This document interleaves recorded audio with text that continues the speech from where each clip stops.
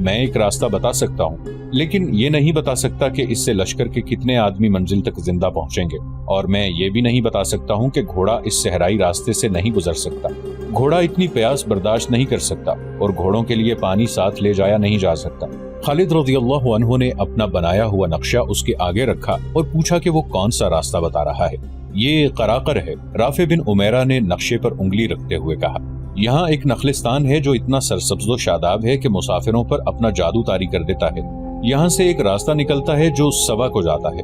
سوا میں پانی اتنا زیادہ ہے کہ سارا لشکر اور لشکر کے تمام جانور پانی پی سکتے ہیں، لیکن یہ پانی اس سے ملے گا جو سوا تک زندہ پہنچ جائے گا۔ اوپر سورج کی تپش دیکھو، دن کو کتنا چل سکو گے، کتنی دور تک چل سکو گے، میں یہ نہیں جانتا۔ اتنے اونٹ لاؤ کہ لشکر کا ہر فرد اونٹ پر سوار ہو۔ ابن ولید، تم صحرا کے بیٹے ہو، مگر اس صحرا سے نہیں گزر سکو گے۔ رافع بن عمیرہ نے جو راستہ بتایا یہ مورخوں کی تحریروں کے مطابق 120 میل کا تھا۔ یہ 120 میل کا فاصلہ طے کرنے سے منزل تک کئی دن جلدی پہنچا جا سکتا تھا۔ خالد رضی اللہ عنہ وہ سالار تھے جو مشکلات کی تفصیلات سن کر نہیں بلکہ مشکلات میں پڑھ کر اندازہ کیا کرتے تھے کہ ان کی شدت کتنی کچھ ہے۔ ان کے دماغ میں صرف یہ سمایا ہوا تھا کہ مدینہ کا لشکر مشکل میں ہے اور اس کی مدد کو پہنچنا ہے۔ سیدھے راستے سے فاصلہ 600 سے 700 میل تک بنتا تھا۔ رافع کے بتائے ہوئے راستے سے جانے سے فاصلہ کم رہ جاتا تھا، مگر رافع بتاتا تھا کہ اس خطرناک راستے سے جاؤ تو 5-6 دن ایسی دشواریوں سے گزرنا پڑتا ہے جو انسان کیا برداشت کرے گا، گھوڑا بھی برداشت نہیں کر سکتا، پانی تو مل ہی نہیں سکتا، اور سب سے بڑی مشکل یہ کہ مہینہ مئی کا تھا جب ریگستان جل رہے ہوتے ہیں۔ خدا کی قسم ابن ولید، ایک سالار نے کہا، تو اتنے بڑے لشکر کو اس راستے پر نہیں لے جائے گا جو تباہی کا اور بہت بری موت کا راستہ ہوگا، اور جس کا دماغ صحیح ہوگا وہ اس راستے پر نہیں جائے گا۔ ایک اور سالار نے کہا، ہم اسی راستے سے جائیں گے۔ خالد رضی اللہ عنہ نے ایسی مسکراہٹ سے کہا جس میں عجیب سی سنجیدگی تھی، ہم پر فرض ہے کہ تیری اطاعت کریں۔ رافع بن عمیرہ نے کہا، لیکن ایک بار پھر سوچ لو، میں وہ حکم دیتا ہوں جو حکم مجھے اللہ دیتا ہے۔ خالد رضی اللہ عنہ نے کہا، ہارتے وہ ہیں جن کے ارادے کمزور ہوتے ہیں۔ اللہ کی خوشنودی ہمیں حاصل ہے، اور پھر اللہ کی راہ میں جو مصیبتیں آئیں گی ہم کیوں نہ انہیں برداشت کریں۔ یہ واقعہ اور یہ گفتگو طبری نے ذرا تفصیل سے بیان کی ہے۔ خالد رضی اللہ عنہ کے سالاروں نے ان کے عزم کی یہ پختگی دیکھی تو سب نے پرجوش لہجے میں لبیک کہی۔ ان میں سے کسی نے کہا، ابن ولید، تجھ پر اللہ کا کرم، وہ کر جو تو بہتر سمجھتا ہے، ہم تیرے ساتھ ہیں۔ خالد رضی اللہ عنہ نے اس سفر پر روانگی سے پہلے ایک حکم یہ دیا کہ لشکر کا ہر فرد اونٹ پر سوار ہوگا، گھوڑے سواروں کے بغیر پیچھے پیچھے چلیں گے۔ دوسرا حکم یہ کہ عورتوں اور بچوں کو مدینہ بھیج دیا جائے۔ سالاروں کو خالد رضی اللہ عنہ نے کہا تھا کہ تمام لشکر کو اچھی طرح بتا دیں کہ وہ ایسے راستے پر جا رہے ہیں جس راستے پر پہلے کبھی کوئی لشکر نہیں گزرا۔ ہر کسی کو ذہنی طور پر تیار کیا جائے۔ مئی کا مہینہ اونٹوں کی فراہمی میں گزر گیا۔ جون 634 عیسوی ربیع الاخر 13 ہجری کا مہینہ شروع ہو گیا۔ اب تو صحرا جل رہا تھا۔ خالد رضی اللہ عنہ نے کوچ کا حکم دے دیا۔ ان کے ساتھ 9000 مجاہدین تھے جو اس خودکش سفر پر جا رہے تھے۔ قراقر تک سفر ویسا ہی تھا جیسا اس لشکر کا ہر سفر ہوا کرتا تھا۔ وہ سفر قراقر سے شروع ہونا تھا جسے مسلمان مورخوں نے اور یورپی مورخوں نے بھی تاریخ کا سب سے خطرناک اور بھیانک سفر کہا ہے۔ مثنہ بن حارثہ قراقر تک خالد رضی اللہ عنہ کے ساتھ گئے۔ مثنہ کو ہیرا واپس آنا تھا۔ قراقر سے جس قدر پانی ساتھ لے جایا جا سکتا تھا مشکیزوں میں بھر لیا گیا، مٹکے بھی اکٹھے کر لیے گئے تھے، ان میں بھی پانی بھر لیا گیا۔ اگلی صبح جب لشکر روانہ ہونے لگا تو مثنہ بن حارثہ خالد رضی اللہ عنہ سے اور ان کے سالاروں سے گلے لگ کے ملے۔ یعقوبی اور ابن یوسف نے لکھا ہے کہ مثنہ بن حارثہ پر رقت طاری ہو گئی تھی، ان کے منہ سے کوئی دعا نہ نکلی، آنکھوں سے آنسو نکل آئے، دعائیں ان کے دل میں تھیں۔ انہیں یقین نہیں تھا کہ وہ خالد رضی اللہ عنہ کو اور ان کے 9000 مجاہدین کو پھر کبھی دیکھ سکیں گے۔ خالد رضی اللہ عنہ اونٹ پر سوار ہونے لگے تو رافع بن عمیر دوڑتا آیا۔ ابن ولید، رافع نے خالد رضی اللہ عنہ کے دونوں کندھوں پر ہاتھ رکھ کر کہا، اب بھی سوچ لے، راستہ بدل لے، اتنی جانوں سے مت کھیل۔ ابن عمیرہ، خالد رضی اللہ عنہ نے غصے سے کہا، اللہ تجھے غارت کرے، مجھے اللہ کی راہ سے مت روک، یا مجھے وہ راستہ بتا جو مدینہ کے لشکر تک جلدی پہنچا دے۔ تو نہیں جانتا، تو ہٹ میرے سامنے سے اور حکم مان جو میں نے دیا ہے۔ رافع خالد رضی اللہ عنہ کے آگے سے ہٹ گیا۔ خالد رضی اللہ عنہ اونٹ پر سوار ہوئے اور لشکر چل پڑا۔ سب سے آگے رافع کا اونٹ تھا، اسے رہبری کرنا تھی۔ مثنہ کھڑے دیکھتے رہے۔ انہوں نے اپنے ساتھیوں سے کہا، امیر المؤمنین نے ٹھیک کہا تھا کہ اب کوئی ماں خالد جیسا بیٹا پیدا نہیں کرے گی۔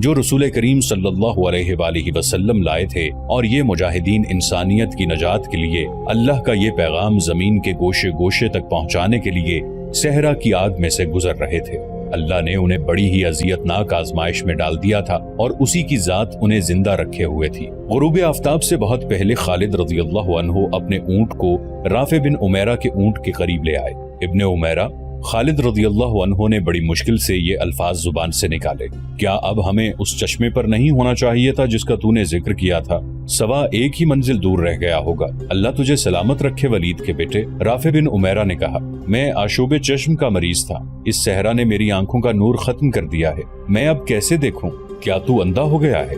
خالد رضی اللہ عنہ نے گھبرائی ہوئی آواز میں پوچھا، جو تو دیکھ سکتا تھا وہ ہم میں سے کوئی بھی نہیں دیکھ سکتا، کیا ہم بھٹک گئے ہیں؟ مورخ واقدی اور طبری نے لکھا ہے کہ رافع بن عمیرہ کی بینائی ختم ہو گئی تھی، اس نے ذہن میں کچھ حساب رکھا ہوا تھا۔ ان دونوں مورخوں نے اس کے صحیح الفاظ اپنی تحریروں میں نقل کیے ہیں۔ ابن ولید، رافع نے کہا، لشکر یہیں روک لے، اپنے کچھ آدمیوں کو آگے بھیج، انہیں کہہ کہ وہ عورت کے پستانوں کی شکل کے 2 ٹیلوں کو تلاش کریں۔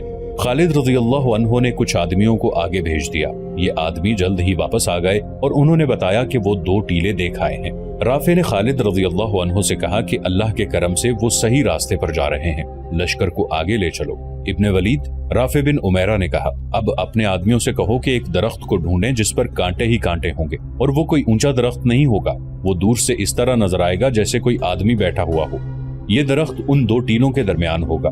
آدمی گھوم پھر کر واپس آ گئے اور انہوں نے یہ جان کا خبر سنائی کہ انہیں ٹیلوں کے درمیان اور ارد گرد بلکہ دور دور تک کوئی ایسا درخت نظر نہیں آیا۔ رافع بن عمیرہ نے کہا، سمجھ لو کہ ہم سب مر گئے۔ اس نے کچھ سوچ کر اور قدرے جھنجلا کر کہا، ایک بار پھر جاؤ، درخت مل جائے گا، ریت کے اندر ڈھونڈو۔ آدمی پھر گئے، برچیاں اور تلواریں ریت میں مار مار کر مطلوبہ درخت کھوجنے لگے۔ ایک جگہ انہیں ریت کی ڈھیری نظر آئی، ریت ہٹائی تو وہاں درخت کا ٹنڈ منڈسا تنا ظاہر ہوا، یہ خاردار تھا۔ اکھاڑ دو اس درخت کو، رافع نے کہا، اور اس جگہ سے زمین کھودو۔ زمین اتنی زیادہ نہیں کھودی گئی تھی لیکن پانی امٹ پڑا اور ندی کی طرح بہنے لگا۔ اس گڑھے کو کھود کھود کر کھلا کرتے چلے گئے حتیٰ کہ یہ ایک وسیع تالاب بن گیا۔ لشکر کے مجاہدین اس پانی پر ٹوٹ پڑے۔ واقدی لکھتا ہے کہ یہ پانی اتنا زیادہ تھا کہ اتنے بڑے لشکر نے پیا، پھر اونٹوں اور گھوڑوں نے پیا، تب بھی یہ امڑتا رہا۔ مجاہدین نے مشکیزیں بھر لیے، تب انہیں خیال آیا کہ معلوم نہیں ان کے کتنے ساتھی پیچھے رہ گئے ہیں۔ اونٹ بھی تر و تازہ ہو چکے تھے اور انسان بھی۔ اپنے ساتھیوں کا خیال آتے ہی کئی مجاہدین اونٹوں پر سوار ہوئے اور واپس چلے گئے۔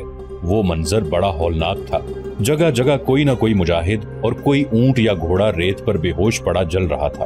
مجاہدین نے ان کے منہ میں پانی ڈالا اور انہیں اپنے ساتھ لے آئے۔ بعض مجاہدین شہید ہو چکے تھے، انہیں ان کے ساتھیوں نے وہیں دفن کر دیا۔ ابن عمیرہ، خالد رضی اللہ عنہ نے رافع بن عمیرہ کو گلے سے لگا کر کہا، تو نے لشکر کو بچا لیا ہے، اللہ نے بچایا ہے ابن ولید۔ رافع نے کہا، میں اس چشمے پر صرف ایک بار آیا تھا اور یہ 30 سال پہلے کا واقعہ ہے۔ میں اس وقت کم سن لڑکا تھا اور میرا باپ مجھے اپنے ساتھ لایا تھا۔ اس چشمے کو اب ریت نے چھپا لیا تھا لیکن مجھے یقین تھا کہ یہاں چشمہ موجود ہے، یہ اللہ کا خاص کرم ہے کہ چشمہ موجود تھا۔ ان مجاہدین کی مہم اس سفر پر ختم نہیں ہو گئی تھی، یہ تو آزمائش کی ایک کڑی تھی جس میں سے وہ گزر آئے تھے۔ ان کا اصل امتحان ابھی باقی تھا۔ شام کی سرحد تک پہنچنے کے لیے ابھی 2 منزلیں باقی تھیں لیکن وہ کٹھن نہیں تھی۔ اصل مشکل یہ تھی کہ رومی ان کے مقابلے کے لیے اور انہیں شام کی سرحدوں سے دور ہی ختم کرنے کے لیے اتنی زیادہ فوج اکٹھی کر رہے تھے جس کے مقابلے میں مسلمانوں کی یہ نفری کوئی حیثیت ہی نہیں رکھتی تھی۔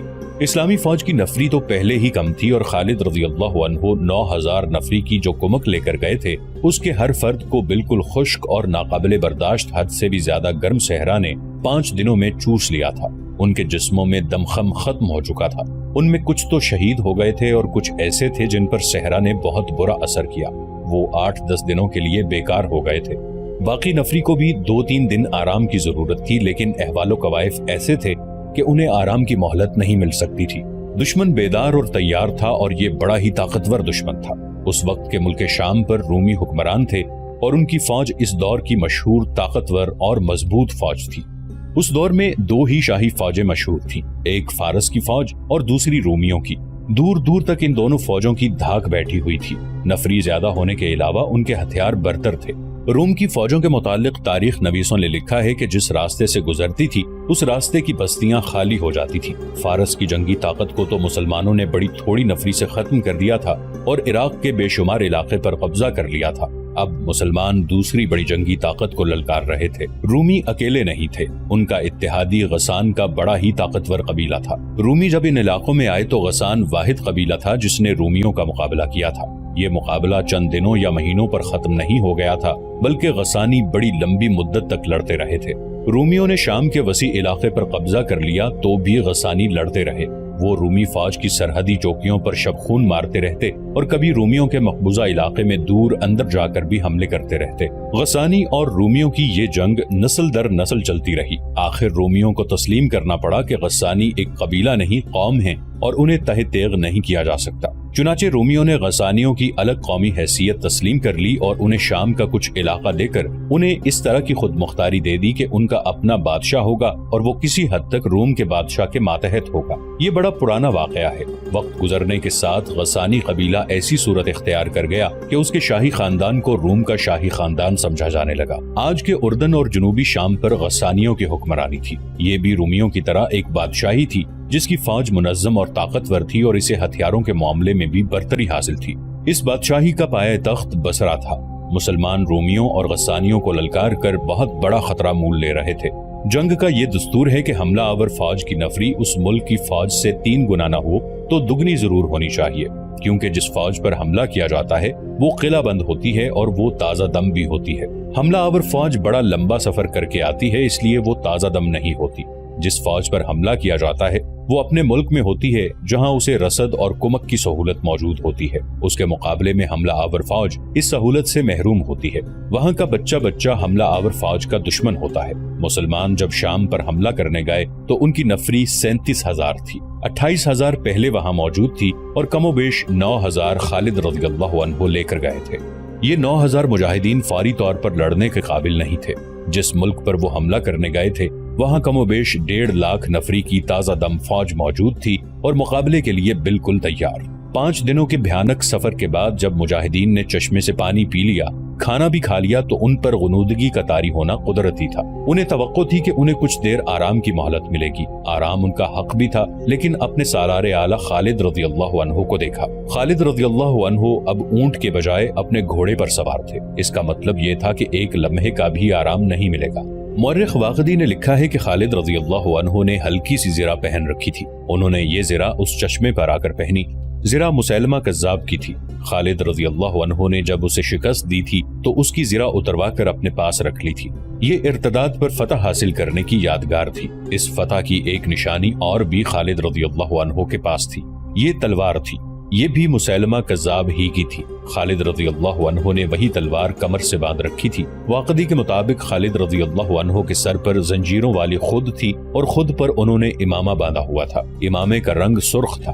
خود کے نیچے انہوں نے جو ٹوپی پہن رکھی تھی وہ بھی سرخ رنگ کی ہی تھی۔ خالد رضی اللہ عنہ کے ہاتھ میں سیاہ اور سفید رنگ کا پرچم تھا، جو صرف اس لیے مقدس نہیں تھا کہ یہ قومی پرچم تھا، بلکہ اس لیے یہ پرچم ہر لڑائی میں رسول کریم صلی اللہ علیہ وآلہ وسلم اپنے ساتھ رکھتے تھے، اور جب آپ صلی اللہ علیہ وآلہ وسلم نے خالد رضی اللہ عنہ کو سیف اللہ یعنی اللہ کی تلوار کا لقب عطا فرمایا تو اس کے ساتھ انہیں یہ پرچم بھی دیا۔ اس پرچم کا نام عقاب تھا۔ 9,000 مجاہدین میں جہاں صحابہ کرام رضی اللہ عنہم بھی تھے، وہاں خالد رضی اللہ عنہ کے اپنے فرزند عبد الرحمن بھی تھے، جن کی عمر 18 سال تھی، اور ان میں امیر المؤمنین ابو بکر رضی اللہ عنہ کے نوجوان فرزند بھی تھے، ان کا نام بھی عبد الرحمن ہی تھا۔ مجاہدین کھا پی کر ادھر ادھر بیٹھ گئے۔ انہوں نے اپنے سالار اعلیٰ کو گھوڑے پر سوار اپنے درمیان گھومتے پھرتے دیکھا تو سب اٹھ کھڑے ہوئے۔ خالد رضی اللہ عنہ نے زبان سے کچھ بھی نہ کہا، وہ ہر ایک کی طرف دیکھتے اور مسکراتے تھے۔ ان کی خود اور زرہ دیکھ کر اور ان کے ہاتھ میں رسول اللہ صلی اللہ علیہ وآلہ وسلم کا پرچم دیکھ کر